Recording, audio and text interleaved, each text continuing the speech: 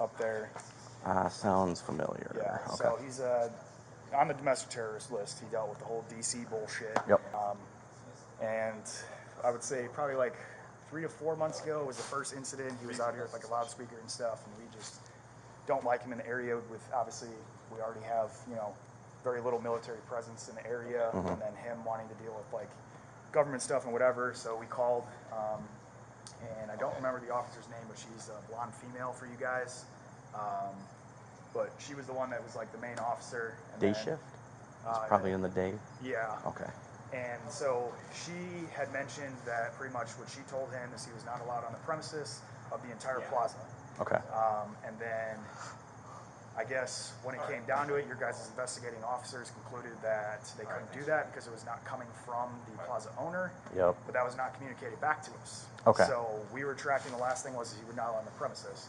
Then about, I would say, a month and a half to 2 months ago, he was back out here. He was in an orange jumpsuit, black face paint on, boonie cap. Oh boy. And handed us some letters to each branch. And then they asked if I wanted to press charges.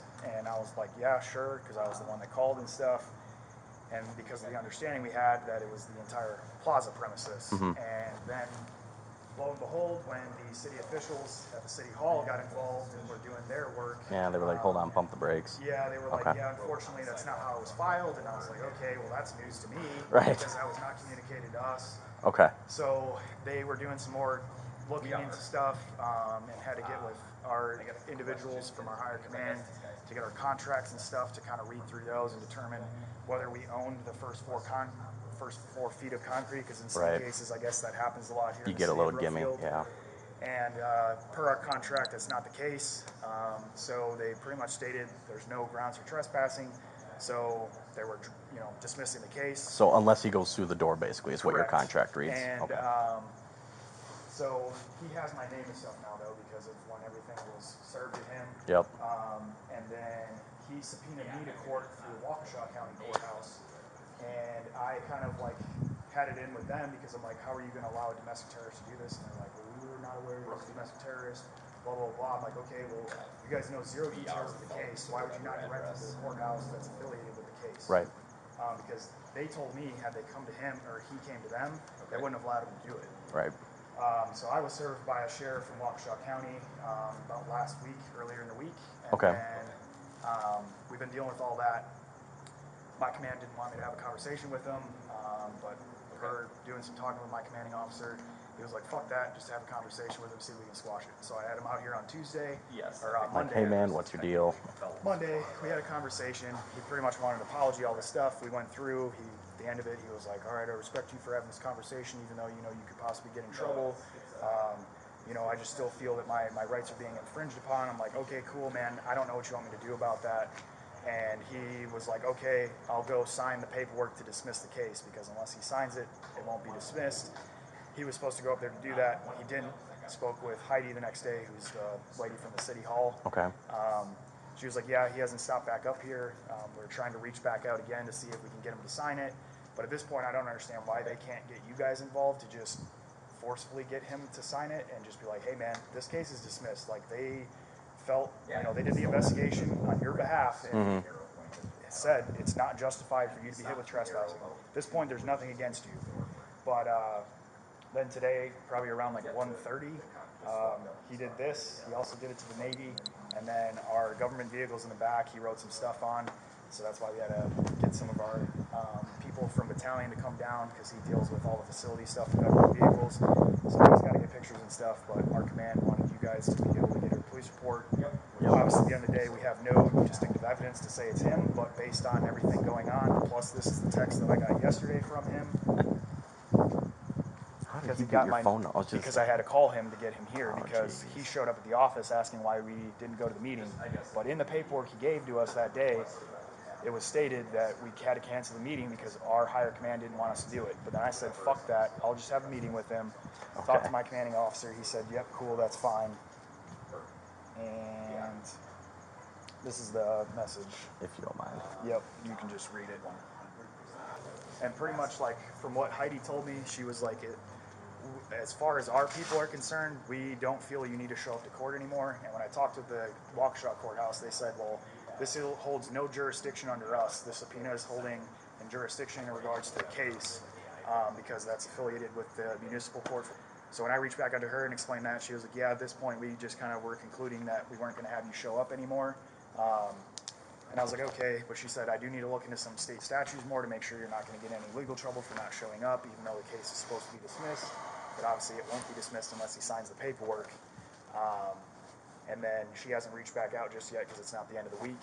And the case is supposed to take place on September 7th. But the understanding that we have is that pretty much if the trial is still going to like happen because he won't sign stuff, essentially like what she was saying is the judge is pretty much just going to tell him like, hey, you have zero grounds to do whatever you're trying to do, and we need you to sign this paperwork. Yeah. But I told him that in the meeting, and he's like, So, sorry to interrupt. no, you're good. What's his deal? Is he just anti-government, period? Correct. He's Okay. like, deals with some of the extremist groups for Okay. like crazy right wing. Because like I said, he took place in all the Washington, D.C. stuff. Okay. FBI was involved. One of our guys here in the office has connections to a buddy of his that actually works for the Milwaukee area. So we had an agent at a previous time.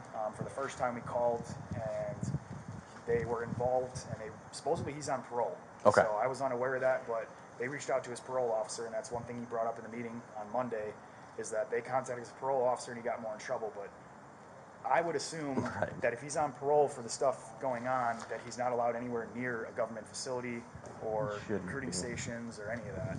And you guys don't have any cameras out here, do you? So we do, but it doesn't record unless you ring the doorbell. Ah.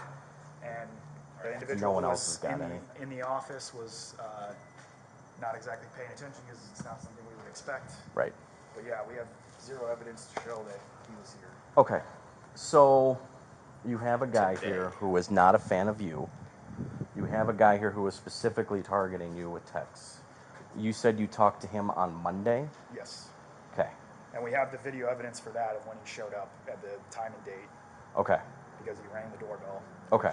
Obviously, I didn't allow him in the office. Interrupt. I would record off the AI phone onto your phone just in case that auto erases or something. Okay. Obviously, this wasn't here, and you said 1:30 today?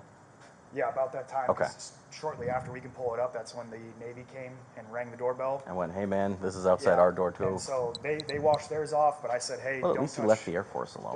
Don't touch our stuff. We've got somebody coming down to take pictures and everything because our battalion's close enough. Okay.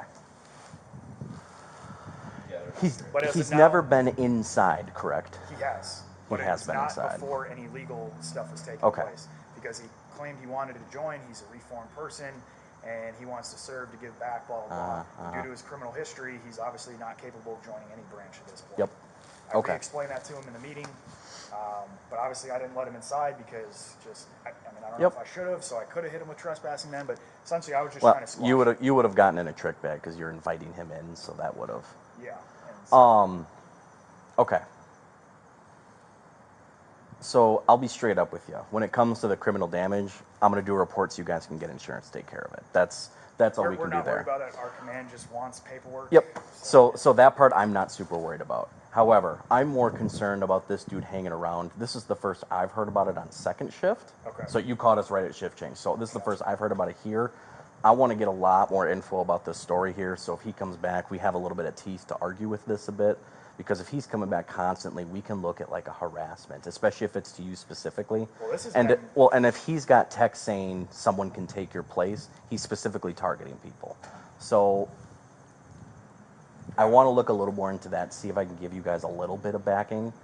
Because the only issue is like obviously our command has stated we'll possibly could look into restraining orders. Because even when I talked to the police officer on Sunday when she called back, Yep, that was going to be my my first thing thing. was obviously that's going to give our names out. I don't know if we can do a restraining order for the facility itself so that no names are given. Because obviously we know how Google works these days. Right. It's pretty simple. I live a Right. mile and a half down the road, dude. Yeah, no, And I at this got point, you. I said to my commanding officer, I was like, my name is the only one that's out there. I'd rather keep it that way, Yeah. so that we don't get everyone else involved. Which was that the municipal court or the county court that had that mess up? That was the municipal court and technically you guys. Okay. Because there was no communication. I'm gonna say back to us to because county's really good about not doing that. They list everything as victim and witness A, B, and C. and Yeah. only they, like, I don't even, we actually are having troubles with it, Okay. because they're like, hey, we need info from victim B, and I'm like, I don't know who that is. You need to give me a name so I can go get the info for you. And they seal that So, stuff. right, exactly. So, okay, that's disappointing to hear. Okay. Yeah, so let's do this. Let me grab pictures of all this stuff first. Yeah, I was just on the phone with because all of our leases are through the Corps of Engineers, and we're going to see if there's anything we can, I guess, reach out to the lesser about in terms of whether it be trespassing or harassment, seeing as it's his property, and seeing as the guy has never actually entered the office without being invited in. Yeah, so that would be the next one, is whoever owns this. Yep. If he gives the okay, then what the sergeant was told before would be true. Second he steps on the parking lot, we can arrest him. And now, this is something the lesser would probably know, and I mean, I guess I don't know if this is, I would assume that it would be part of like an investigation on your guys' part. Does anyone else around here have security cameras that we could, say, oh, he was here So, between 1 and yeah, 2? that's what I was just looking at. I mean, you can tell if they're out. No one has like low-key ones. A lot of these properties change a lot. Yeah. So inside there's plenty. Outside there's almost none. Yeah. I mean, we have that problem with the mall. And that We is have that something- problem. Gentlemen? And I'm sorry, I forgot. Brian. Brian? Nice to meet you. Okay. Hey, real quick, did you guys let Theo know? Theo. He would be your guys' anti-terrorism. The ATO, yeah. Yeah. Okay. And then do you guys have pictures of yours as well? Yeah, Before before you and cleaned it after. up? Okay. Yeah, I can send it to him. Yeah. I've got some otherwise. Just because I know, like, the Corps, one of their things too is was it specifically us, or was it multiple branches? All right, guys. Yeah, no. Thank you. Which with the Govs, it would be us and